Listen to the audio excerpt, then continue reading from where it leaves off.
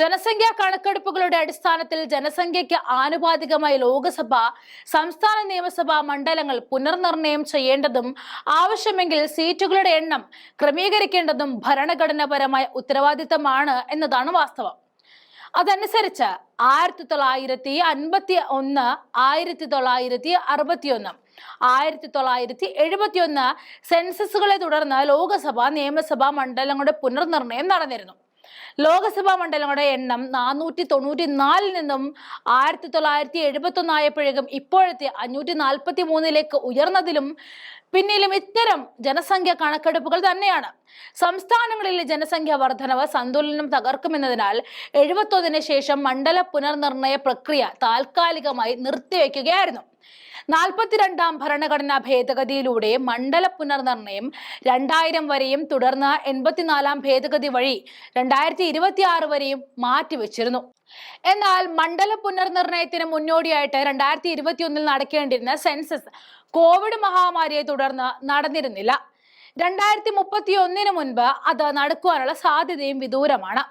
എന്നിട്ടും മണ്ഡല പുനർനിർണയമായി മുന്നോട്ടു പോകാനുള്ള ശ്രമമാണ് മോദി സർക്കാർ നടത്തിവരുന്നത്. 1951 ലോക്സഭാ മണ്ഡലത്തിലെ വോട്ടർമാരുടെ ശരാശരി എണ്ണം 7.5 ലക്ഷമായിരുന്നുവെങ്കിൽ ഇന്നത് 15 ലക്ഷം മുതൽ 25 ലക്ഷം വരെ ആയി വളർന്നിരിക്കുന്നു. ദക്ഷിണേന്ത്യൻ സംസ്ഥാനങ്ങൾക്ക് കുടുംബ ആസൂത്രണ മാർഗങ്ങൾ വിജയകരമായി നടപ്പിലാക്കുകയും ജനസംഖ്യാ നിയന്ത്രണം കൈവരിക്കുകയും ചെയ്തപ്പോൾ UP, ബീഹാർ തുടങ്ങിയ സംസ്ഥാനങ്ങളിൽ ജനസംഖ്യ ഗണ്യമായി ഉയരുകയാണ് ഉണ്ടായത്. ഈ ഉയർച്ചയാണ് ഇപ്പോൾ BJP ആയുധമാക്കാനിരിക്കുന്നത്.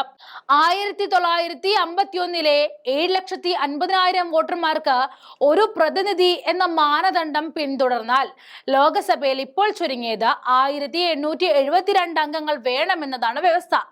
ഇന്ത്യയുടെ പുതിയ പാർലമെന്റിന് 880 സീറ്റുകൾ മാത്രമാണുള്ളത്. ഈ സാഹചര്യത്തിൽ ലോക്സഭാ പ്രാതിനിധ്യം ഉയരുമെന്നിരിക്കവേ BJPയെ ഇനി എന്നേക്കുമായി താഴെ ഇറക്കുക എന്നതാണ് ഭഗീരഥ പ്രയത്നമായി മാറുകയാണ്. അത് തിരിച്ചറിഞ്ഞാണ് ദക്ഷിണേന്ത്യൻ സംസ്ഥാനങ്ങൾ വലിയ പ്രക്ഷോഭത്തിലേക്ക് കടക്കുന്നത്.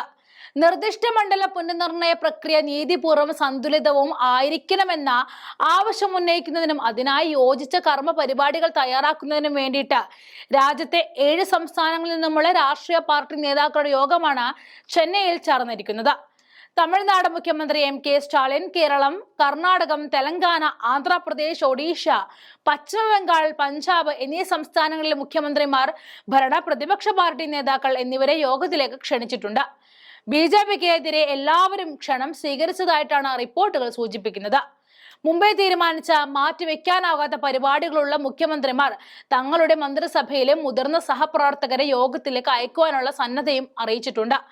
ഈ സംസ്ഥാനങ്ങളിൽ ഒഡീഷ മാത്രമാണ് BJP നേരിട്ട് ഭരണത്തിലുള്ളത്. ആന്ധ്രാപ്രദേശിൽ NDA മുന്നണിയാണ് ഭരിക്കുന്നത്. ഒഡീഷയിലെ മുഖ്യ പ്രതിപക്ഷമായ ബിജു ജനതാദൾ ക്ഷണം സ്വീകരിക്കുകയും തങ്ങളുടെ പ്രതിനിധികളെ യോഗത്തിലേക്ക് അയക്കുമെന്ന് ഉറപ്പും നൽകിയിട്ടുണ്ട്. ലഭിക്കുന്ന റിപ്പോർട്ടുകൾ പ്രകാരം വിപുലമായ പങ്കാളിത്തമുള്ള നിർണായക പ്രാധാന്യമുള്ള യോഗമാണ് നടന്നിരിക്കുന്നത്. എന്തായാലും മണ്ഡല പുനർനിർണയത്തിലേക്ക് കടക്കുമ്പോൾ പുതിയ സാഹചര്യത്തിൽ രാജ്യത്തിന്റെ ഫെഡറൽ സംവിധാനത്തിന് കോട്ടം തട്ടാത്ത വിധം സംസ്ഥാനങ്ങളുടെ പ്രാതിനിധ്യത്തിൽ സന്തുലിതാവസ്ഥ നിലനിർത്തിക്കൊണ്ടായിരിക്കണം നടപ്പിലാക്കേണ്ടതെന്നും പ്രതിപക്ഷ പാർട്ടികൾ ഒറ്റക്കെട്ടായി ആവശ്യപ്പെട്ടിരിക്കുകയാണ്. ദക്ഷിണേന്ത്യൻ സംസ്ഥാനങ്ങൾക്ക് സീറ്റുകൾ നഷ്ടപ്പെടില്ല എന്ന കേന്ദ്ര ആഭ്യന്തരമന്ത്രി അമിത്ഷായുടെ ഉറപ്പിന് അപ്പുറത്ത് വ്യക്തമായ മാനദണ്ഡങ്ങളുടെ അടിസ്ഥാനത്തിലായിരിക്കണം പുനർനിർണയം നടക്കേണ്ടതെന്നും ആ ആവശ്യവും യോഗത്തിന് പിന്നാലെ ശക്തമായിരിക്കുകയാണ്.